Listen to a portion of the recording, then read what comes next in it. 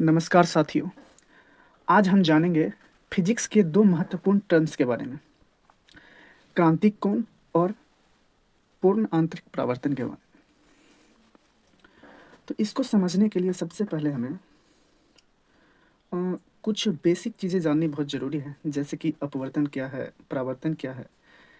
ठीक है, इससे पीछे हम चलेंगे, थोड़ा सा उतना डीप में तो नहीं जाएंगे, लेकिन थोड़ा सा पीछे जाएंगे तो हम जो है ये माध्यम के विषय में आपको बताएंगे। माध्यम, सबसे पहले माध्यम को समझते हैं।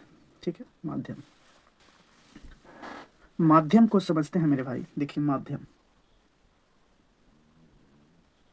माध्यम दो तरह की होती है, एक आपका सघन और एक विरल।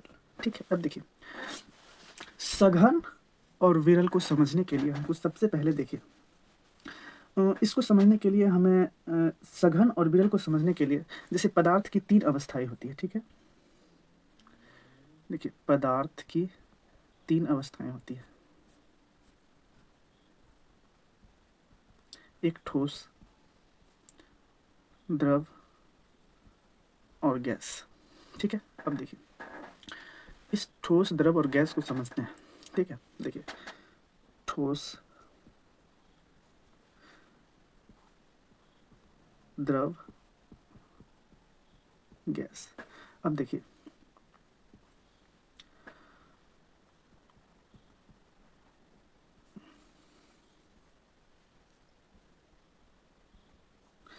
इससे आप क्या समझ रहे हैं? देखिए, यानी कि गैसीय अवस्था से अगर हम ठोस की ओर बढ़ेंगे तो सघनता बढ़ती जाएगी। ठीक है, और गैस मतलब कि जितना घनत्व कम वाले की ओर जाएंगे वो उतना विरलता बढ़ती जाएगी। ठीक है, तो इससे इसका मतलब आप समझ रहे हैं। जैसे मान लीजिए जल, ठीक है, और कांच, तो इसमें किसकी मतलब कि सघनता ज़्यादा होगा? ऑब्वियसली कांच की। ठीक है, अब इतना समझ में आ गया। अब हम लोग आगे बढ़ते हैं। ठीक है, अब और कुछ पॉइंट्स को समझते हैं। देखिए, जब प्रकाश सघन, ठीक है, सघन माध्यम से विरल माध्यम में जाती तो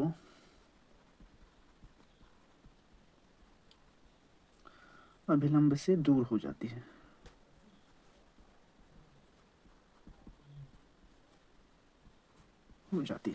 ठीक है, अब दूसरे पॉइंट्स को देखते हैं। देखिए, जब प्रकाश विरल माध्यम से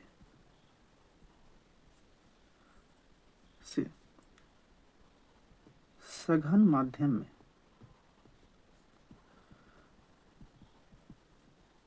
जाती है तो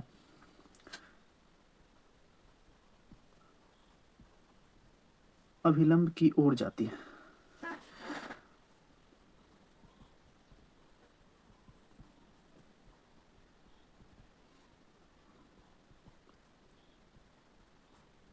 और जाती है। ठीक है, अब इस दो पॉइंट्स को आप लोग को याद रखना है।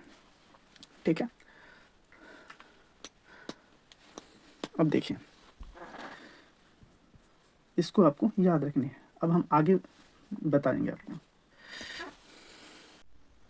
चलिए मेरे भाई, क्रांतिक कोण को अब हम समझते हैं।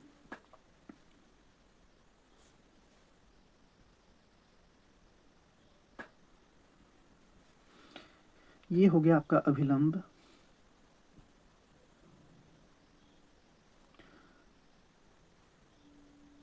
ठीक है, और ये हो गया आपका इंटरफेस।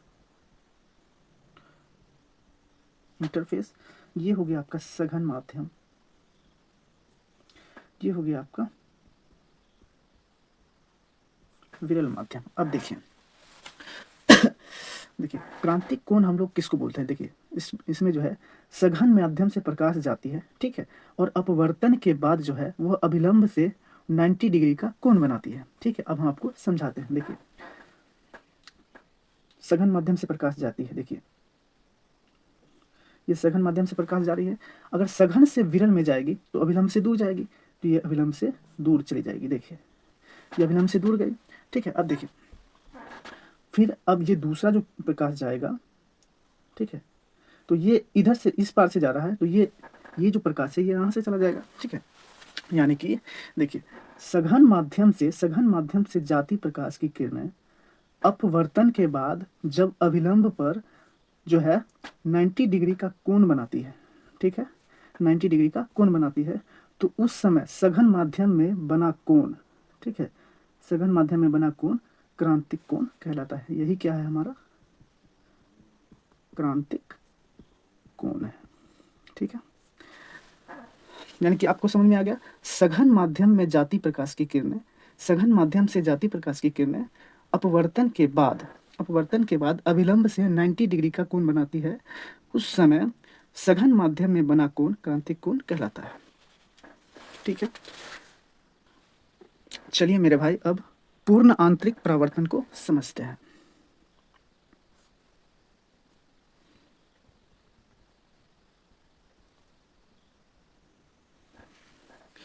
ये हो गया आपका अभिलंब,